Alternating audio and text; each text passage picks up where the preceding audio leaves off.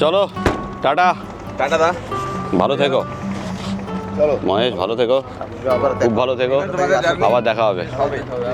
চলো ভালো। ওটা আবার শেষ হবে মানে ঘরে যে পৌঁছিয়া, হ্যাঁ ঠিক, আবার ঘরে যেয়ে দেখা হবে। নিশ্চয়ই। খুব ভালো সময় কাটলো, হ্যাঁ দুর্দান্ত সময় কাটলো 3 দিন। মানে কোথা দিয়ে সময়টা কেটে গেল নিজেরাও বুঝতে পারলাম না। আমাদের খুব ভালো লাগছে। ঠিক, আবার হবে, আবার আসবো। ভালো থেকো। হ্যাঁ ঠিক আছে। এমভি হাটবে এটা করে আজকে আমরা যাচ্ছি পোর্ট ব্লেয়ার, এখান থেকে রংগর থেকে।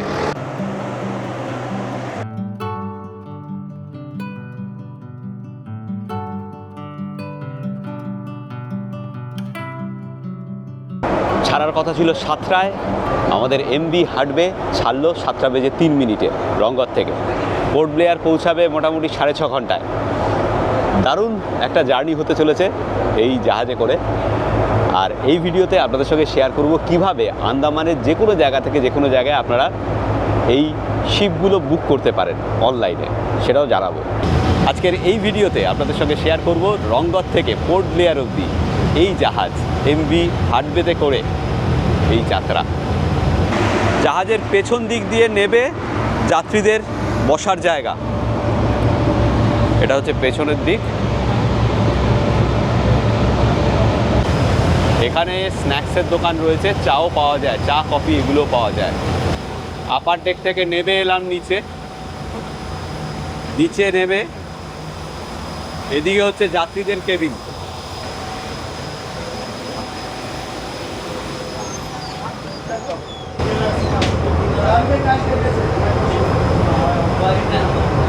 কি খবর? পৃথ্বী মহারাজ এখানে বসে, এই হচ্ছে আমাদের দুটো চেয়ার, এই হলো যাত্রীদের বসার জায়গা। এখানে চেয়ার করা রয়েছে, নিচে আরেকটা বসার জায়গা রয়েছে, সেখানে গোটা 20 জন বসতে পারে। আমরা যখন বুকিং করেছি তখনই সিট নাম্বার পেয়ে গেছি 8 আর 9। আমাদের খরচ পড়েছে পার হেড 1250 টাকা করে। আন্দামানে ডাইরেক্টরেট অফ শিপিং সার্ভিসেস, তাদের আন্ডারে যে শিপগুলো চলে বিভিন্ন জায়গায়, সেগুলো আপনি সরাসরি বুক করতে পারেন অনলাইনে dss.andaman-nicobar.gov.in এই ওয়েবসাইট থেকে। আমি ডিসক্রিপশন বক্সে দিয়ে দেবো, অন দ্য স্ক্রিনও আসছে। তো এই ওয়েবসাইটে গিয়ে আপনি যদি হাটবে যেতে চান, বা আপনি যদি নর্থে দিগলিপুর বা মায়াবন্দর যেতে চান, বা আমরা যেরকম রংগতে এলাম এখানে আসতে চান, তো যে কোনো জায়গায় আন্দামানে যেতে চান, এই শিপগুলো কিন্তু অ্যাভেলেবেল এবং এগুলো অনলাইনে আপনি সরাসরি বুক করতে পারেন। জাস্ট একটা অ্যাকাউন্ট করে নিতে হবে, registration and that's it. Phone number, email ID দিয়ে অ্যাকাউন্ট করে নিন, লগ ইন করুন, ওখানে আপনি শিডিউল পেয়ে যাবেন এবং আপনি আপনার চাহিদা মতো বুক করুন। তবে একটা কথা, শিডিউল কিন্তু খুব আগের থেকে যে এরা শিপিং শিডিউল দিয়ে দেয় তা কিন্তু নয়। অনেক সময় কি হয়, জাস্ট দিন 7 আগে রিলিজ করে শিডিউল।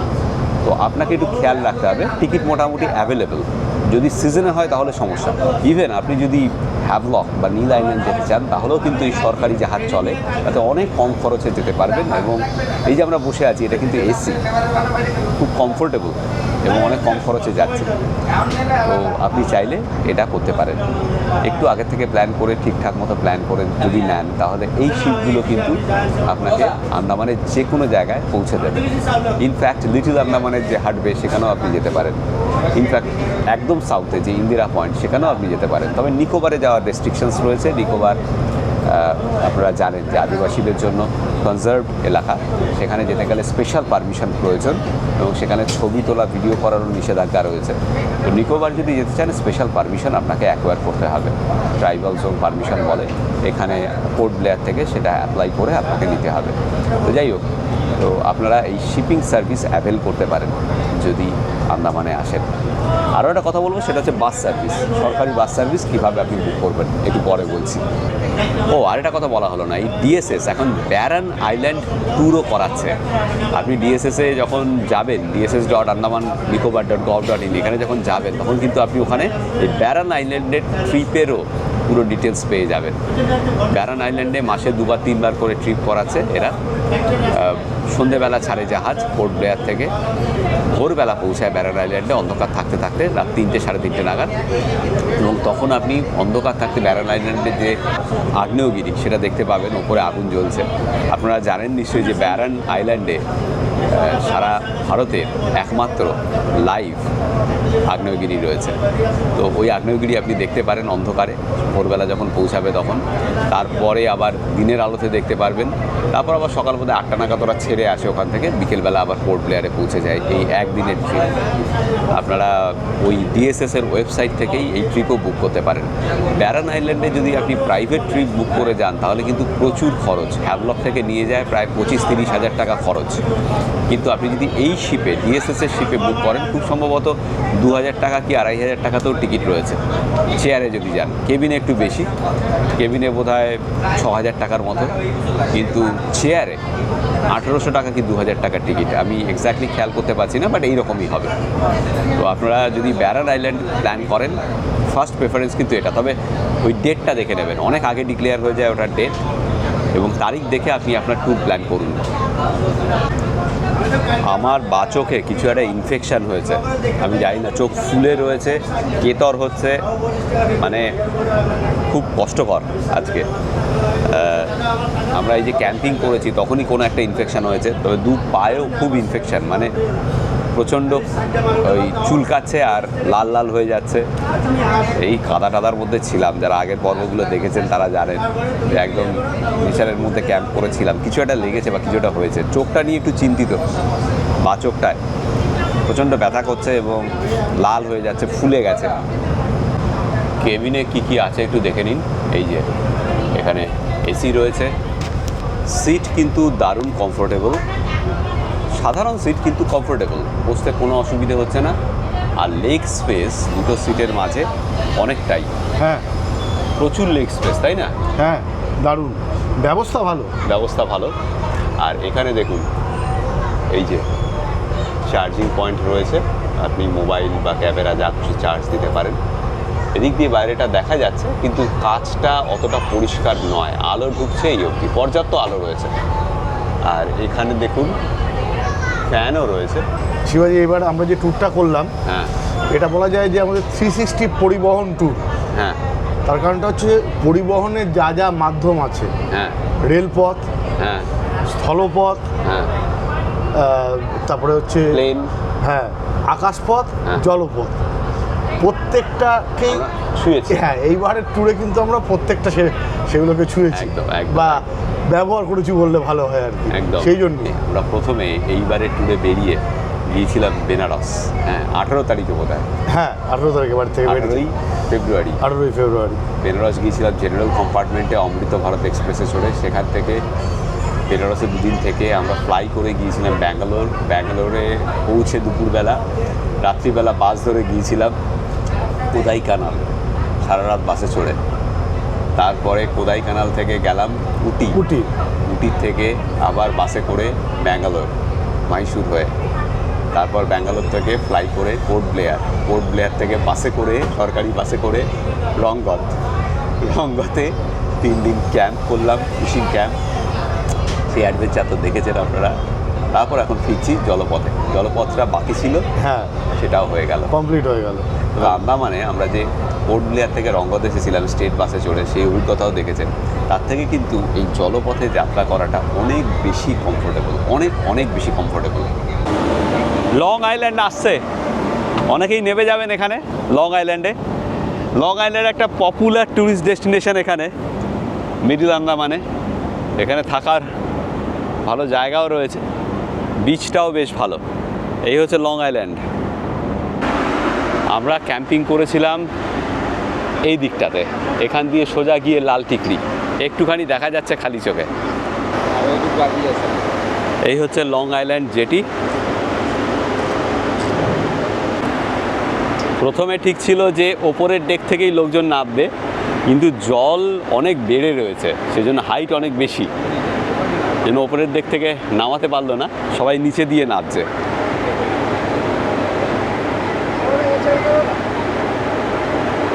এরপরে দাঁড়াবে স্টেট আইল্যান্ডে। এই হচ্ছে আমাদের জাহাজ হাঁটবে। আমি এখন লং আইল্যান্ডে নামলাম, একটু দাঁড়াবে বেশ খানিকক্ষণ। খুব যে বিরাট বড় জাহাজ তা নয়। এখানে একটা শাওয়ার রুম আছে ছেলেদের, কিন্তু এখানে দেখুন কি অবস্থা, ওয়াশিং মেশিন ঢোকানো। এখানে ওয়াশরুমের ব্যবস্থা কিন্তু ভালো, ঠিকঠাক, লেডিস জেন্টস আলাদা আলাদা ওয়াশরুম। এবং যথেষ্ট পরিষ্কার পরিচ্ছন্ন ঠিকঠাকই রয়েছে। খাবার দাবার বলতে স্ন্যাক্সের তো একটা কাউন্টার রয়েছে বাইরে, চা পাওয়া যাচ্ছে। আর এখন একজন ডাকতে ডাকতে গেল নাস্তা করে, পরোটা পাওয়া যাচ্ছে নাস্তায়। এর বাইরে আর কিছু এখন অবধি জানি না। লং আইল্যান্ডে ঢুকেছে 8টার সময়, এখন বাজে 8:32, এখনও দাঁড়িয়ে আছে লং আইল্যান্ডেই। তার কারণ হচ্ছে আরেকটা শিপ আসবে, তারপর এটা ছাড়বে, মানে ওটার সঙ্গে এটা কানেক্টেড, অন্য কোথাও থেকে আসছে, যেটা শুনলাম কানাঘুষে। লেট করছে, আরও কতক্ষণ দাঁড়াবে কে জানে। মানে ওই শিপের মানুষেরা আবার যারা পোর্ট ব্লেয়ার বা এদিকে যাবে আচ্ছা, তারা এটা ধরবে আর কি। Connected ship. তারপরে বলছিল না মহেশ বোধহয় যে 1 ঘন্টা বোধহয় দাঁড়ায় এখানে। পৌঁছাতে 1:30 2। যাই হোক, আমরা পোর্ট ব্লেয়ারে একটা হোটেল বুক করেছি। আমরা কিভাবে হোটেল বুক করি সে সম্পর্কেও এই ভিডিওতেও বলবো আপনাদের। আমাদের আগামীকাল সকালবেলা 8:45 বোধহয় ফ্লাইট কলকাতা। তো এয়ারপোর্টের সামনাসামনি কোথাও আমাদের থাকতে হবে। তো এয়ারপোর্টের 1 কিলোমিটারের মধ্যেই একটা হোটেল পেয়েছি, এবং সেটা কিভাবে পেলাম তাও শেয়ার করব, সঙ্গে থাকুন। ইনফরমেশনটা ঠিকই ছিল, কানাঘুষে যেটা শুনছিলাম। একজন সেলারকে জিজ্ঞেস করলাম এখানে যে আর কতক্ষণ দাঁড়াবে, বলছে কদমতলা থেকে একটা বোট আসবে, তার প্যাসেঞ্জার এখানে উঠবে, তারপর যাবে। ওই বোট না এলে ছাড়বে না। কদমতলা আশেপাশে কোনো একটা ছোট আইল্যান্ড। এখানে দেখুন লাইফ জ্যাকেট রাখা রয়েছে, আর ওপরে ডেকে একটা লাইফ সেভিং বোটও আছে। এটাই হচ্ছে এখানে স্ন্যাক্সের দোকান, কেক বিস্কিট এসব পাওয়া যাচ্ছে। বাইরে কিন্তু আজকে ঠান্ডা, একেবারেই গরম নেই, আর এই হাওয়াটা দিচ্ছে না, দুর্দান্ত লাগবে। কেমন 40 টাকার কফি? কফি তো ভালো, তবে মিষ্টিটা একটু বেশি, যেটা তোর অসুবিধার কারণ হবে জানাবি। 40 টাকা নিল 1 কাপ। হ্যাঁ, তাই দেখছি। কি আর করা যাবে, যা পাওয়া যায় তাই খেতে হবে। ওরে বাবা, পুরো শরবত, হ্যাঁ, কফির কও নেই, ওই এটা অসম্ভব ব্যাপার। এটা কফি, চিনির শরবত। এই দেখুন অনবোর্ড এই জিনিস সার্ভ করা হচ্ছে অ্যাজ ব্রেকফাস্ট। পরোটা আর এই যে ঝোলটা দেখছেন, এটা মাছের স্যুপ বলছে। ওরে বাবারে, সাংঘাতিক জিনিস আর কি। আমরা 1 প্লেট নিলাম জাস্ট টেস্ট করার জন্য। সকালে আমরা ইডলি আর পরোটা খেয়ে উঠেছি ডক থেকে। 3 পিস পরোটা দিয়েছে 100 টাকায়, সাথে এই মাছের ঝোল।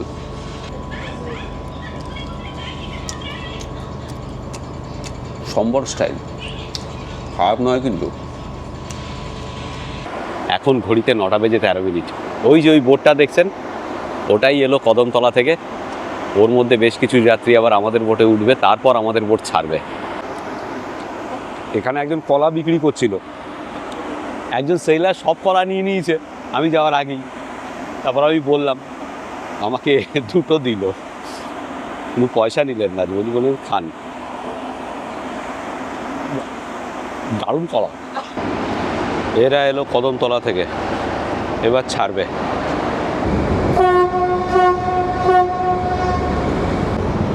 এখন ঘড়িতে সময় 9:25, মানে 1 ঘন্টা 25 মিনিট পরে ছাড়লো। অনেকটাই সময় দাঁড়িয়ে গেল এখানে। বাসে করে যাওয়াই যেত, এখান থেকে বাস 9:15 ছাড়ে, কিন্তু বাস জার্নিটা বেশ কষ্টকর। আমরা যখন এসেছিলাম, বিশেষ করে বারাটাঙের পরে রাস্তাটা ওটা ভালো নয়, আর প্রচুর ধুলো রয়েছে বারাটাঙের পরে। তো মনে হলো আমাদের যে না, একটা তো আসার সময় বাস জার্নি করলাম, যাওয়ার সময় এই এক্সপিরিয়েন্সটাও করে দেখি। এতে হয়তো একটু সময় বেশি লাগছে, কিন্তু খুব কমফোর্টেবল জার্নি। আচ্ছা, এই শিপটা এটা কিন্তু হ্যাভলক হয়েও যাবে, হ্যাভলকেও দাঁড়াবে। ওই শিপটার নাম হচ্ছে MV জুহি, যেটা কদমতলা থেকে এলো। আমরা এসেছি এদিক থেকে, এই দিকে আমাদের সেই লাল টিকরি যেখানে ক্যাম্প করেছিলাম, আর যাবো এবার এদিকে। শিপটা পুরো ঘুরিয়ে দিল। এরপর দাঁড়াবে স্টেট আইল্যান্ডে, তারপরে হ্যাভলক, তারপর নীল হচ্ছে লাস্ট স্টপ, তারপরই পোর্ট ব্লেয়ার। দেখা যাক এখন স্টেটে কতক্ষণ দাঁড়ায়।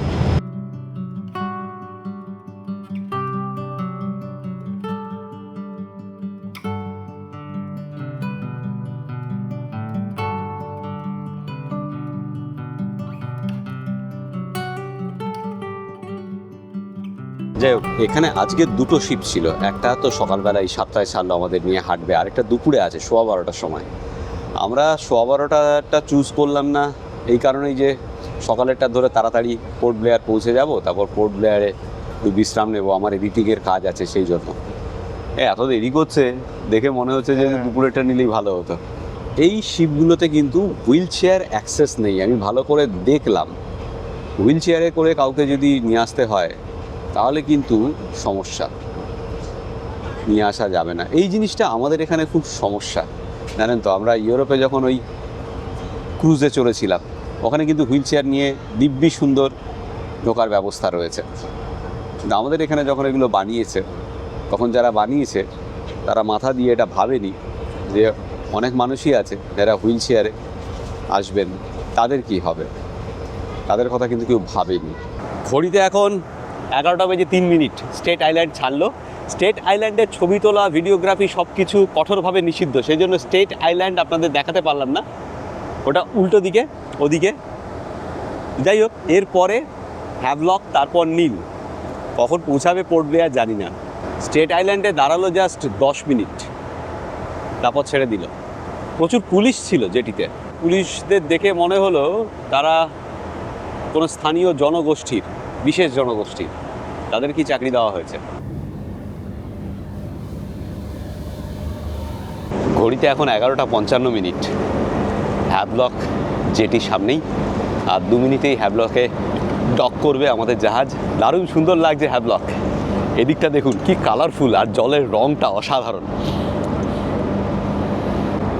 2018 থেকে হ্যাভলকের নতুন নাম হয়েছে, আপনারা সবাই জানেন। আমাদের প্রধানমন্ত্রী নরেন্দ্র মোদী 2018 সালে এই দ্বীপের নামকরণ করেন স্বরাজ দ্বীপ হিসেবে। এখন নাম স্বরাজ দ্বীপ, খুব পপুলার ট্যুরিস্ট ডেস্টিনেশন। আমরা গতবার এখানে এসেছিলাম এবং ভিডিও করেছি হ্যাভলকের, সেই ভিডিও রয়েছে। এখান থেকে রাধানগর বিচ যাওয়া যায় সামনেই। এই যে একটু আগে স্পিড বোটগুলো গেল, সবই রাধানগর বিচ নিয়ে যাচ্ছে। আমি 2006 সালে প্রথম এসেছিলাম হ্যাভলক, তখন এতটা ডেভেলপড ছিল না। এখন তো সাংঘাতিক ডেভেলপ করেছে এবং অনেক বেশি টুরিস্ট ফ্রেন্ডলি একটা জায়গা। দারুণ দারুণ রিসর্ট রয়েছে, হোটেল রয়েছে, প্রচুর খাবার জায়গা রয়েছে। বাঙালিরা যখন আন্দামানে আসেন তখন অবশ্যই হ্যাভলক প্ল্যানে থাকে। হ্যাভলক এবং নীল আইল্যান্ড। নীল তুলনামূলকভাবে আরেকটু অফ বিট হ্যাভলকের তুলনায়।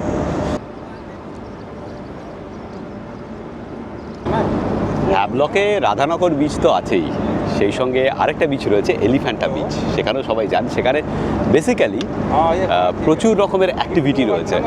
আমি লাস্ট টাইম ভিডিওতে দেখিয়েছিলাম যে স্নরকেলিং যদি করতে চান বা সি বেডে ওয়াক করতে চান যদি, তাহলে এই সব কিছু অ্যাক্টিভিটি, বানানা বোট রাইড, স্পিড বোট, এই সব কিছু অ্যাক্টিভিটি পাওয়া যায় এই এলিফ্যান্টা বিচে।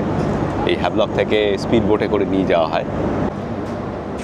এই যে শিপগুলো এরকম লোকালে যাতায়াত করছে আন্দামানে, এরা কিন্তু মালও পরিবহন করে প্রচুর পরিমাণে।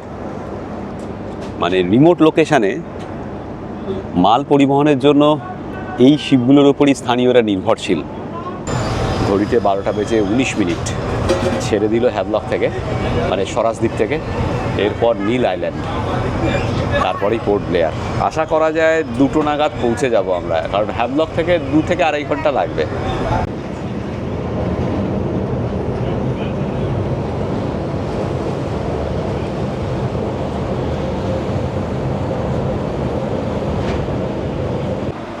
ঘড়িতে এখন 1:30। আমরা এসে পৌঁছালাম নীল আইল্যান্ডে। লাস্ট স্টপেজ পোর্ট ব্লেয়ারের আগে। এই নীলেও আমরা এসেছিলাম আগে, আপনারা জানেন, ভিডিও রয়েছে আমাদের। নীল আইল্যান্ডে দূরাচ্ছিলাম, দারুণ জায়গা, বেশ নিরিবিলি, দুর্দান্ত সানসেট এবং সানরাইজ দেখা যায় এখান থেকে। আচ্ছা, 2018 সালে নীল আইল্যান্ডের নতুন করে নামকরণ হয়েছে, নাম হয়েছে শহীদ দ্বীপ। ঘড়িতে 1:38। ছাড়ছে নীল থেকে, এখান থেকে ঘন্টা 2 লাগবে পোর্ট ব্লেয়ার। তবে এই শিপে বেশ আরাম করে পা ছড়িয়ে যাওয়া যাচ্ছে, তাই না? হ্যাঁ, বাসে তো পা রাখার জায়গাই ছিল না। আচ্ছা, 2 নম্বর ছিল হচ্ছে প্রচণ্ড ধুলো, 3 নম্বর ঝাঁকুনি। মানে বারাটাঙের পর থেকে তো রাস্তা খানিকটা খারাপ ছিল। আর আর 4 নম্বর, হ্যাঁ, সব থেকে যেটা গুরুত্বপূর্ণ আর কি, সেটা হচ্ছে কবর খুঁড়ে কিছু গান শুনিয়ে আমাদেরকে, মানে কবর খুঁড়ে যে গানগুলো বার করা হয়েছে সেটা শোনাতে শোনাতে মাথা মোটামুটি খারাপ করে দিয়েছে। ওরকম এত জোরে গান চলছে যে আমরা নিজেরা দুজনের মধ্যে যে কথা বলবো সেটা তো পাচ্ছিলাম না। ঘড়িতে ঠিক 3:30 আমরা এসে পৌঁছালাম পোর্ট ব্লেয়ারে। এই ছিল আমাদের জাহাজ হার্ট বে। উল্টো দিকে আরেকটা দাঁড়িয়ে আছে রানী চাঙ্গা। এই যে গতবার যখন এখানে এসেছিলাম পোর্ট ব্লেয়ারে, তখন এই জেটিতে এসেছিলাম এবং দেখিয়েছিলাম আপনাদের। আপাতত বেরিয়ে তারপর কথা বলছি। হোটেল বুক করা আছে। আমি অনলাইনে গুগল ম্যাপ দেখে এয়ারপোর্টের পাশে একটা হোটেল বুক করেছি। আমি দেখাচ্ছি কিভাবে আপনারা এই জিনিসটা করতে পারেন। কোনো জায়গায় গেলেন, সেখানে একটা নির্দিষ্ট জায়গার আশেপাশে কিভাবে আপনি হোটেল খুঁজে পাবেন, আমি একটু পরে হোটেলে গিয়ে দেখাচ্ছি। আপাতত এখান থেকে ট্যাক্সি নিতে হবে। এখান থেকে হোটেল 4.5 কিলোমিটার মতো। এই অটো ঠিক করলাম, ভাড়া নিচ্ছে 150 টাকা। 200 চেয়েছিল, দরাদরি করে 150। এয়ারপোর্ট থেকে জাস্ট 1 কিলোমিটার দূরে, 1.25 কিলোমিটার দূরে এটা হচ্ছে আমাদের হোটেলের বৈঠকখানা। এটা হোটেল না বলে একটা হোমস্টে বলা ভালো। এই হচ্ছে ঘর। পোর্ট ব্লেয়ার এয়ারপোর্ট থেকে জাস্ট 1.25 কিলোমিটার। ওয়াশরুমও ক্লিন, আর এখানে ঘরে ফ্রিজ আছে এবং দেখুন খুব পরিষ্কার পরিচ্ছন্ন। এসিও রয়েছে, আর এদিকে ওয়ার্কিং ডেস্ক রয়েছে এই যে পাশে। এই ঘরের ভাড়া পড়েছে 2200 টাকা। আমি জাস্ট গুগল ম্যাপ দেখে হোটেলটা খুঁজে পেয়েছি। এয়ারপোর্টের কাছেই কিছু একটা খুঁজছিলাম আমরা, যেহেতু সকালবেলা ফ্লাইট। আমি দেখাচ্ছি আপনি যে কোনো জায়গায় কিভাবে একটা হোটেল খুঁজে পেতে পারেন। এভাবে আপনি গুগল ম্যাপটা ওপেন করবেন আপনার মোবাইলে বা ডেস্কটপ থেকে করতে পারেন। তারপর যে জায়গায় আপনি খুঁজতে চাইছেন সেই জায়গাটা এখানে টাইপ করুন। যেমন ধরুন আমি নেতাজি সুভাষচন্দ্র বসু আন্তর্জাতিক বিমানবন্দরের আশেপাশে কলকাতায় হোটেল চাইছি, তো আমি নেতাজি সুভাষচন্দ্র বসু আন্তর্জাতিক এয়ারপোর্ট ক্লিক করলাম। দমদমে দেখিয়ে দিচ্ছে এই জায়গাটা। এবার আশেপাশে যে কোনো একটা হোটেল, যেমন ধরুন এই হোটেলটা দেখাচ্ছে, এটার মধ্যে ট্যাপ করলাম। এবার দেখুন এখানে দেখাচ্ছে সি নিয়ার বাই হোটেলস, এটাতে ক্লিক করুন। দেখুন এখানে সমস্ত হোটেল আপনি পেয়ে যাবেন। এখানে সব হোটেল নেতাজি সুভাষচন্দ্র বসু, মানে আমাদের দমদম এয়ারপোর্টের পাশে লাইন ধরে এই হোটেলগুলো রয়েছে। এবার যে কোনো একটায় ক্লিক করুন। যেমন ধরুন আমি এটায় ক্লিক করলাম, ঠিক আছে, এখানে ডিটেলসটা চলে এলো। এবার এখানে আপনি ফোন নাম্বারও পেয়ে যাবেন। শুধু তাই না, আমি ধরুন 5 তারিখ থেকে 6 তারিখ একদিনের জন্য বুক করতে চাই দুজনের জন্য। এখানে গুগল দেখিয়ে দিচ্ছে কোন অ্যাপে, এগুলো সব এগ্রিগেটার অ্যাপ আপনারা জানেন, make my trip, go I Vivo, make trip, make my trip, সব কোন অ্যাপে কত ভাড়া এই হোটেলের একটা রুমের সব দেখিয়ে দিচ্ছে। আপনি এখানে ক্লিক করলে সেই অ্যাপে চলে যাবেন। আপনি এখানে ফোন নাম্বারও পেয়ে যাবেন। আপনি চাইলে সেই হোটেলটার এই যে ফোন নাম্বার, এখানে ক্লিক করলেই ফোন নাম্বার পেয়ে যাবেন এবং আপনি কথা বলে নিতে পারেন ফোন করে। তো দুনিয়ার যে জায়গায় আপনি থাকেন না কেন, আপনার যদি গুগল ম্যাপের লোকেশান অন করা থাকে তাহলে কারেন্ট লোকেশানই দেখাবে। সেই জায়গার আশেপাশে এভাবে ম্যাপ খুলে আপনি হোটেল দেখতে পারেন, রেস্টুরেন্ট দেখতে পারেন, পেট্রোল পাম্প দেখতে পারেন, সব কিছুই। অনেকেই এই জিনিসটা জানেন, কিন্তু অনেক বয়স্ক লোকেরা আছেন যারা এই জিনিসটা, এই ফিচারটা জানেন না। তাদের জন্যই আমি এটা দেখালাম। যারা ইয়াং মোবাইল সাভি পিপল তারা তো অবশ্যই জানেন, কিন্তু যারা বয়স্ক লোক, আপনারা বেড়াতে যেতে চাইছেন একা একা, কীভাবে আপনি একটা হোটেল খুঁজে পাবেন সেটার একটা ধারণা দিলাম। যাই হোক, এখানে এখন থাকবো, প্রচুর কাজকর্ম রয়েছে। কাল সকালবেলা ফ্লাইট, কালকে সকালবেলা আবার দেখা হচ্ছে আপনাদের সঙ্গে। কলকাতা গিয়ে এই ভিডিওটা শেষ করব। গুড মর্নিং, আজকে 6 তারিখ, বাড়ি ফেরার পালা। 8:45-এর ইন্ডিগোর ফ্লাইট। জাস্ট এয়ারপোর্টে ঢুকলাম, এখন ঘড়িতে সময় 7:05। এয়ারপোর্টের পাশেই ছিলাম আমরা, দারুণ জায়গাটা ছিল। হ্যাঁ, রাতে ঘুম দারুণ হয়েছে। সকালে হালকা ব্রেকফাস্ট করে নিয়েছি, ডিম পাউরুটি আর কলা। লাগেজটা ড্রপ করি, সিকিউরিটি ক্লিয়ার করি, তারপর আবার কথা বলছি। প্রচুর ভিড় ইন্ডিগোর কাউন্টারে। পোর্ট ব্লেয়ারের এয়ারপোর্টটা কিন্তু এখন দারুণ সুন্দর। লাগেজ ড্রপ হয়ে গেছে, এবার সিকিউরিটি, যেটাকে আমি সবচেয়ে বেশি ভয় পাই। 7:51 বাজে, ফ্লাইট 3 নম্বর গেটে ওয়েট করছি আমরা। এই বাড়ি ফেরার সময়টা হচ্ছে আমাদের কাছে সবচেয়ে আনন্দের সময়, আগেও অনেক ভিডিওতে বলেছি, আর আজকে সেই বাড়ি ফেরার সময়। প্রশ্ন হচ্ছে যে সময়টায় আমরা ভিডিও শ্যুট করি না সে সময়টায় কী করি ট্রাভেলের সময়, এটা অনেকেই জানতে চান। আমরা সেই সময় সিনেমা দেখি, ওটিটি দেখি, না হলে কিছু পড়াশুনো করি মোবাইলে। হ্যাঁ, আর আমি তো জানেন ওই যদি সিনেমা না দেখি তাহলে বই পড়ি। দারুণ সুন্দর একটা ডাইভার্সিফাইড ট্রিপ হলো এবার। কলকাতার যাত্রী প্রচুর, মানে এখানে ট্যুরিস্টদের সিংহভাগই হচ্ছে বাঙালি, যথারীতি পাখার ওপরে। এইটা একটা অদ্ভুত ব্যাপার। আমাদের প্রত্যেকবারই এটা হয়, মানে বেশিরভাগ সময় হয়। হ্যাঁ, মানে কেন হয় এটা বুঝি না। মানে এটা রেশিও বোধহয় 70% ওটা না? হ্যাঁ, তাই হবে, তাই হবে। পাখা বা পাখার জাস্ট পেছনের বা জাস্ট সামনে। জেনারেলি এয়ারবাসে কী হয়, এটা এয়ারবাস 320 নিও, 321 নিও বোধ হয়। হ্যাঁ, 321 নিও। তো এয়ারবাসে কী হয়, এই 19, 20, 21, 22 এই সিটগুলো সব পাখার ওপরে।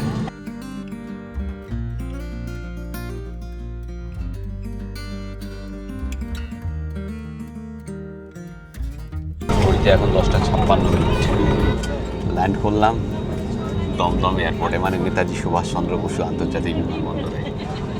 দারুণ একটা ট্যুর হলো এবার। আমাদের এবারের ট্যুরে 3টে অধ্যায় ছিল, বেনারস, দক্ষিণ ভারত আর আন্দামান, তাই তো? হ্যাঁ, এই আন্দামান দিয়ে এই সিরিজটা শুরু হয়েছে, মানে তৃতীয় অধ্যায়টা আপনারা প্রথমে দেখলেন। এর পরের পর্বে কলকাতা থেকে অমৃত ভারত এক্সপ্রেসের আনরিজার্ভড জেনারেল কম্পার্টমেন্টে চড়ে বেনারস যাওয়ার গল্প থাকবে, যেটা আমাদের এইবারের ট্যুরের প্রথম অধ্যায়, যা আসবে এর পরের পর্বে আপনারা দেখতে পাবেন। সেটা একটা দুর্দান্ত এক্সপিরিয়েন্স ছিল। আমরা শিয়ালদা থেকে চেপে বসেছিলাম অমৃত ভারত এক্সপ্রেসে, পৌঁছে গিয়েছিলাম বেনারস সারা রাত জেনারেল কম্পার্টমেন্টে, কোনো রিজার্ভেশন ছিল না। দুর্দান্ত একটা অভিজ্ঞতা ছিল, দেখতে পাবেন পরের পর্বে। সত্যি একটা দারুণ ট্যুর করে ফিরলাম। এই ধরনের ট্যুর ইতিপূর্বে কখনো আমরা করিনি আর কি। এত ডাইভার্সিফিকেশন আগে ছিল। হ্যাঁ, মানে অনেক দিক দিয়ে এটা একটা ইউনিক ট্যুর ছিল আমাদের জন্য। যাই হোক, এতদিন পরে বাড়ি ফিরছি, আর আপনারা জানেন যে আমরা সবথেকে বেশি আনন্দ পাই যখন এই বাড়ি ফিরি। এই যখন বিমানের চাকাটা আমাদের দমদম এয়ারপোর্টের মাটিটা ছুলো, তখন আমাদের মনে একটা আলাদাই আনন্দ। বাড়ি এসছি, নিজেরাই নিজেদেরকে স্বাগতম জানাচ্ছি কলকাতাতে। তবে বেশি দিন বাড়িতে থাকছি না। হ্যাঁ, বোধহয় খুব বেশি হলে 1.5 সপ্তাহ। হ্যাঁ, তারপর তো আবার পিঠে ব্যাগ বাড়ি জমা করব আপনাদের জন্য। ভালো থাকবেন সকলে। আজকের ভিডিও এখানেই শেষ করছি। আর যেটা আমি সবসময় বলি, সবাই ভালো থাকবেন, ভীষণ আনন্দে থাকবেন। আর এই ধরনের বিভিন্ন ধরনের গল্প শুনতে অবশ্যই সঙ্গে রাখবেন আমাদের চ্যানেল এক্সপ্লোরার শিবাজি। নতুন নতুন জায়গা, নতুন নতুন ভ্রমণের গল্প নিয়ে আমরা ফিরে আসবো আপনাদের কাছে। ভালো থাকবেন সবাই, টাটা। ভালো থাকবেন। আমি শিবাজি আর আমি পৃথ্বীজিৎ, আর আপনারা দেখছেন আমাদের চ্যানেল এক্সপ্লোরার শিবাজি। আমরা বিভিন্ন জায়গায় ঘুরে বেড়াচ্ছি আর তার ভিডিও করে এই চ্যানেলে দিচ্ছি। যদি ভিডিওগুলো ভালো লাগে তাহলে অবশ্যই লাইক, শেয়ার এবং সাবস্ক্রাইব করবেন। সাবস্ক্রাইব করার সময় বেল আইকনটা অবশ্যই ক্লিক করবেন, তাতে আমরা যখনই একটা ভিডিও দেবো তার ইনস্ট্যান্ট নোটিফিকেশন আপনাদের কাছে পৌঁছে যাবে। সকলে ধরিল হাতে হাত ভরসা করে, সোহাগে ভাসালো শিবাজি এক্সপ্লোরারে। হইল ধন্য পৃথ্বী শিবাজির এই জুড়ি, নতমস্তকে সকলের গড় করি। জাগরণে কিংবা ঘুমে থাকবো সকল মরশুমে, হোক না গরম কিংবা দারুণ শীত। ছিল শিবাজির উড়ান, সাগুরিল পৃথ্বীজি। ছিল শিবাজির সফর, হাত ধরিল পৃথ্বীজি।